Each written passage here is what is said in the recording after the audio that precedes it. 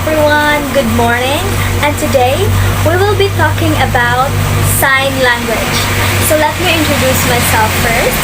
I am Myra Jane Kumighod and I am the reporter and also the researcher about our topic, sign language. Together with my partner, Miss Bebe de la Cruz, she is the visual aid maker as well as the researcher. So let us begin. First, let us know the learning objectives in this lesson. So these are the learning objectives. First, to understand the purpose of sign language, to be able to know the importance of sign language, to introduce the different types of sign language, to explain the grammar of basic sign language, to introduce the 5 fundamental sign language elements, to learn about ASL or American Sign Language vocabulary, and to learn ASL sentence structure. So those are the learning objectives in this lesson. Next, who invented the sign language? So this person, Pedro Ponce de Leon, he is the first person credited with the creation of a formal sign language for the hearing impaired. He was born on 1520 and died on 1584. He is a Spanish Benedictine monk who believed to have been the first person to develop a method for teaching the deaf. So this person, Pedro Ponce de Leon, he adopted this sign language to help him educate deaf students in Spain. So he is the first recognized teacher of the deaf, and his work paved the way for the creation and instruction of a formal sign language. So before, Native Americans utilized simple hand signs to communicate with other tribes and to facilitate trade with the Europeans. So there is an island there in Massachusetts where the people there carried the genes for deafness. So since this island has a large population of deaf people, regional sign language developed so that the deaf can still communicate with each other as well as with the hearing residents in that island. So that is why they utilized sign language. So next, Juan Pablo Bonet. Who is Juan Pablo Bonet? So Juan Pablo Bonet, he followed in the monk's footsteps and expanded upon his methods. So he was inspired by Pedro Ponce de Leon. So he is a Spanish priest and linguist. He followed in the monk's footsteps and expanded upon his method.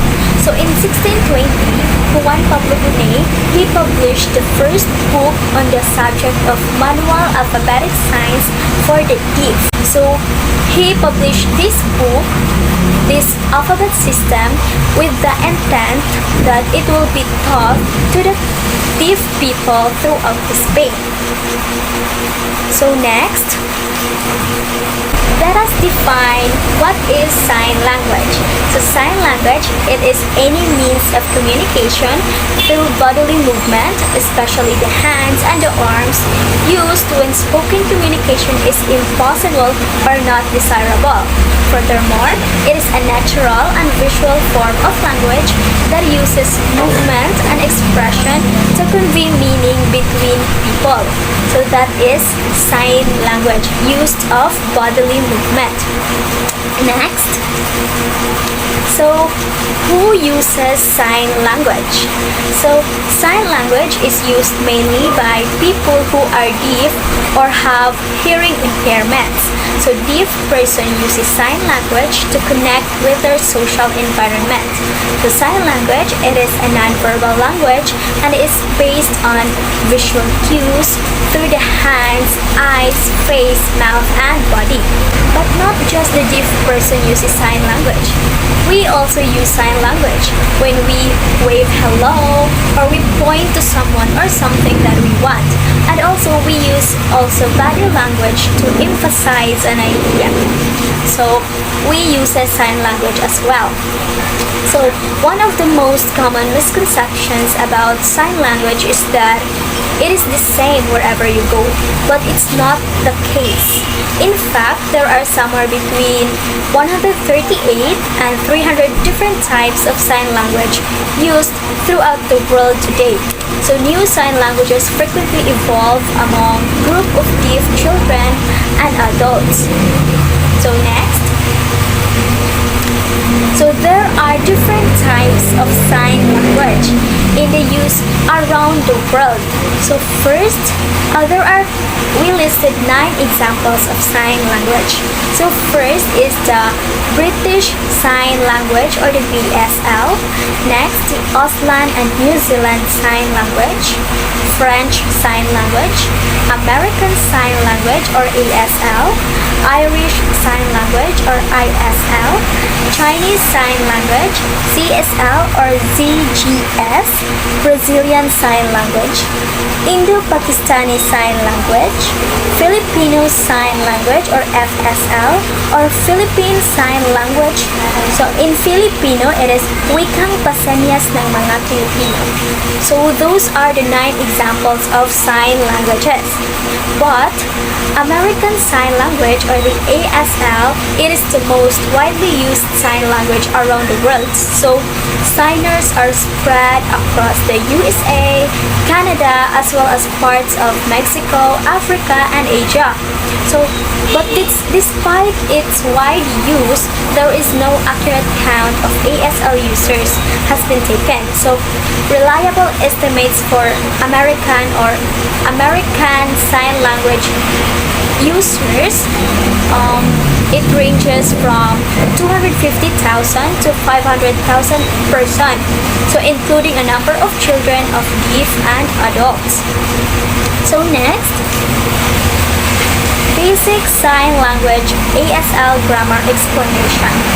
So sign languages are full-fledged natural languages with their own grammar and lexicon. The gestures or symbols in sign language are organized in a linguistic way. Next. Okay, so just like how we see English words as the arrangement of letters, there are also 5 basic sign language elements that make up each sign. So these are the 5 basic sign language elements. First, the hand shape, movement, palm orientation, location, and facial expression. So those are the 5 sign language elements. Next, so these are the few basic sign language hand shapes that are used to form many signs. So in practicing these hand shapes, we will find it very helpful in learning the American Sign Language vocabulary. So these are the basic hand shapes. First, the open hand. So your hand is flat and your fingers are spread apart. So like that. So flat hand, your hand is flat and your fingers and thumbs are touching. Next, the curved hand. So your hand is curved and your fingers and thumbs are touching. Next, the bent hand. Your hand is bent and the knuckles and your fingers and thumb are touching and held straight. Next is the clawed hand. So your hand is curved and your fingers are separated. And your hand is formed so that all of your fingertips are touching. So one hand, the last one, is your index fingers is up with your palm facing forward. So those are the basic hand shapes. So if we learn to practice these formations of hand shapes, we will find it is very beneficial. It's very beneficial for us in learning American Sign Language vocabulary. So this is important. Next, American Sign Language. American Sign Language, it is a very expressive language, and understanding these elements will give us a better understanding of how signs are made and what makes them different. So there are 3 types of signs when it comes to what hand you will use. So first, one-handed signs. So one-handed signs, it uses only your dominant hand. So we have a dominant and non-dominant hand. So if you are a right-handed person, your dominant hand is your right hand. But if you are left-handed, your dominant hand is your left hand. So in one-handed signs, you only use your dominant hand. So for me, I am a right-handed, so my dominant hand is my right hand. Next is the two-handed symmetrical signs. This sign, it uses both your dominant and non-dominant hand where they both move the same way. So your right and left hand are both used, and they both move the same way. While the last one, the two-handed non-symmetrical signs, it still uses both our dominant and non-dominant hand, but dominant hand only moves, while the non-dominant hand remains stationary.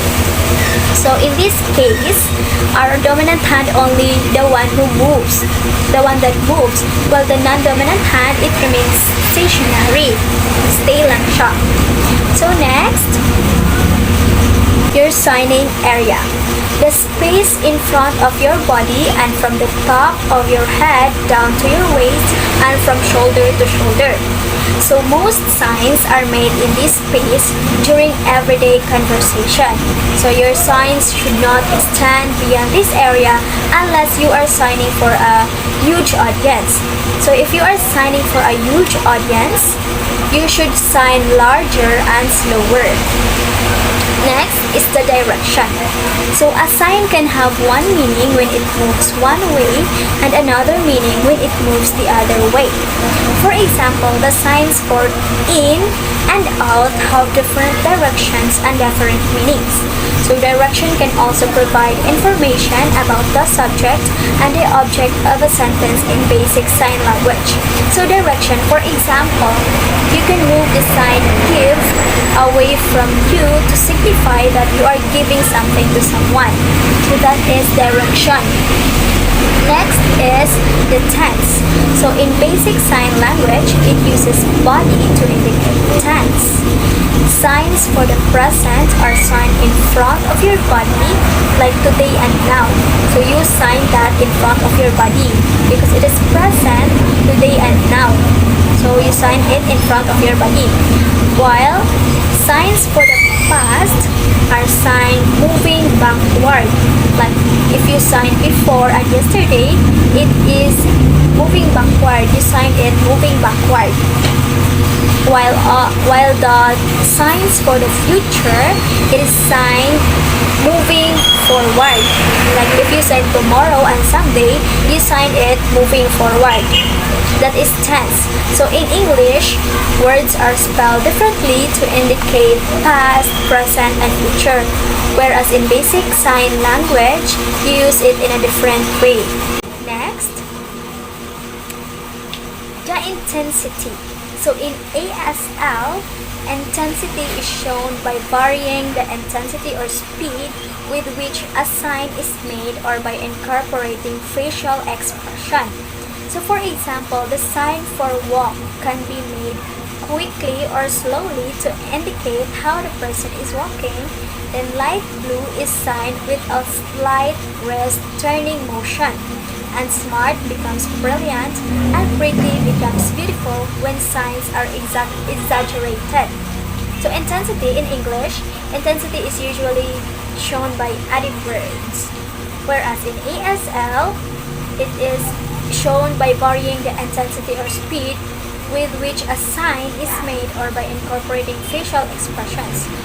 That is intensity. Next is the iconic signs. So some signs seems to be arbitrary when you first see them. No, so when signs look like the word they are representing, these are said to be iconic signs. So these signs can often be recognized by people who don't know basic sign language. The sign for elephant is signed like an elephant's trunk. So the sign for swimming, it looks like a breaststroke. So there are many signs like this. Like for example, the sign for home. It is made by placing your hand on your lips, then on your head. So that represents that where you are, where you eat, and where you sleep. So that is how you sign home. That is an iconic sign. Next is the initialized sign. So an initialized sign, it is one that has the hand shape of the first letter of the word.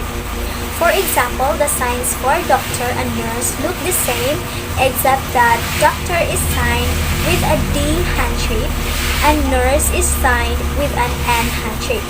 So in these signs, we use hand shape of the first letter of the word. So you will come across many of these signs in basic sign language, and some are very helpful for knowing the specificity of the sign. So next, the person ending. To show a person's occupation or nationality, you should add a person ending sign after the occupation or nationality. For example, you would sign teach plus person ending for the sign teacher. You could also sign America plus person ending for the sign American. So to make the person ending, point both of your flat hands forward in front of your chest with your palms facing each other. So then, move both of your hands down at the same time. So that is how you do the person ending. Next is the gender. Location is what shows you the gender of some signs. So most male signs are formed on or near the forehead, while most female signs are formed on or near the cheek or chin. So like for example, how will you sign father? So it says here that male signs are formed on or near the forehead. So father is signed by touching the tip of your thumb to your head. So that is how you sign father.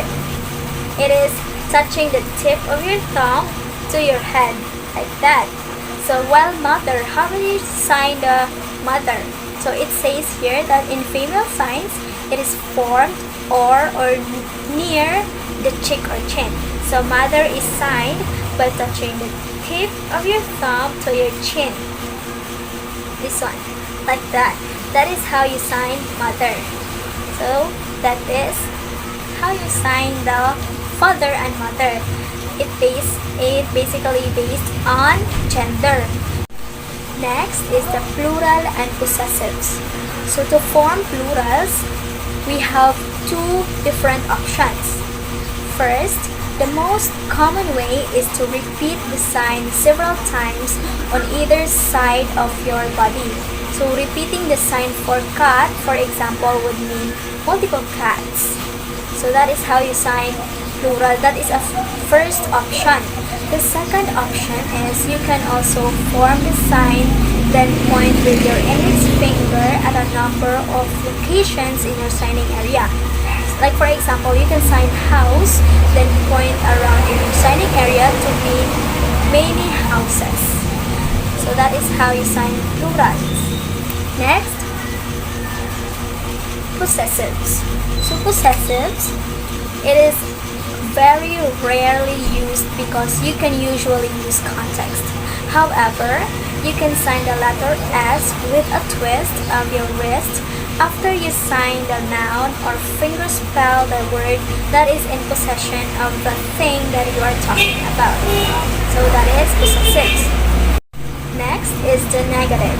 So to form a negative, you can do a few things. First, sign the word not before the intended word. So in relation to English, this adds the an, in, or this prefix to the word. Like for example, not plus happy equals unhappy. Next is shake your head back and forth while signing the word. So like for example, believe plus shake your head, that will equal to don't believe. The last one is for some signs, you can twist your hand downward to indicate a negative. Like for example, 1 plus twist hands, so palms face downward. So that will equal to don't want. So that is how you sign negatives. Next is articles. So articles a, an, and the are normally left out of basic sign language conversation, so they are not necessary. However, articles are sometimes used for teaching deaf students English. So next, punctuation. So like articles, punctuation marks are left out. They are also unnecessary, like facial expression suffices. If you feel you need to add a punctuation mark, just trace the shape of the mark in the air with your pointer finger. Like for example, you sign the question mark. You just trace the shape of the mark in the air with your pointer finger. That is how you do the punctuation, the question mark. Well, the exclamatory, you can do that. You can do that like that. Next is the repeating signs. Repeating a sign several times can make that sign plural. So, as what I have said a while ago about the plural, you sign it in repeating the sign.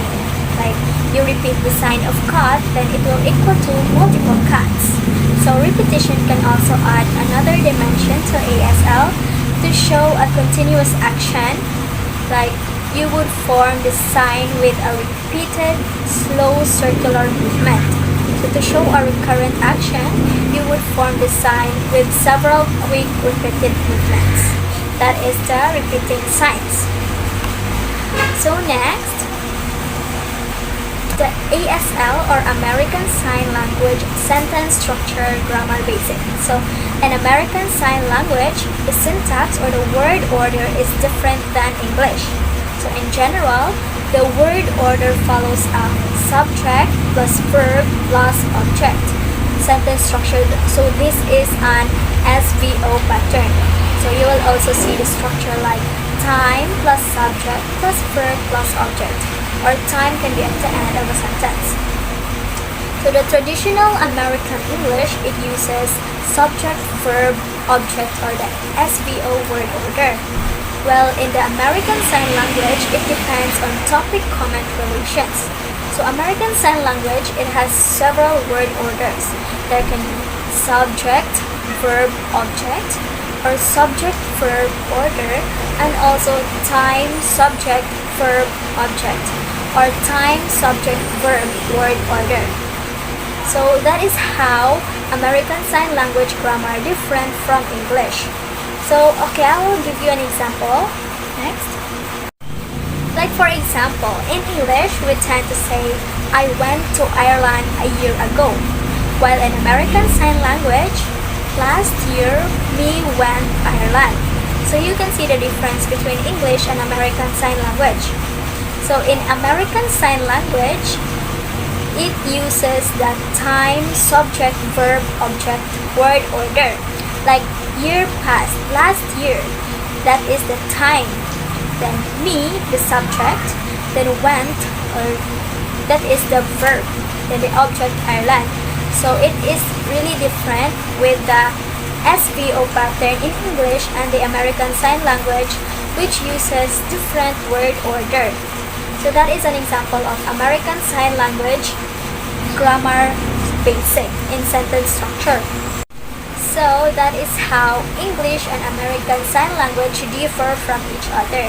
They differ in their word order. So I hope you understand that. Next. So these are our references.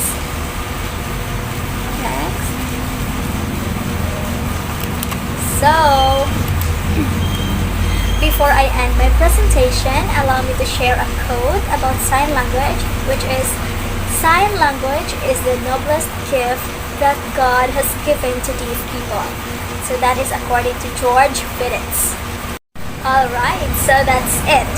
Thank you very much for listening, and I hope I was able to clear some things up about basic sign language for you. Thank you and God bless. Bye-bye.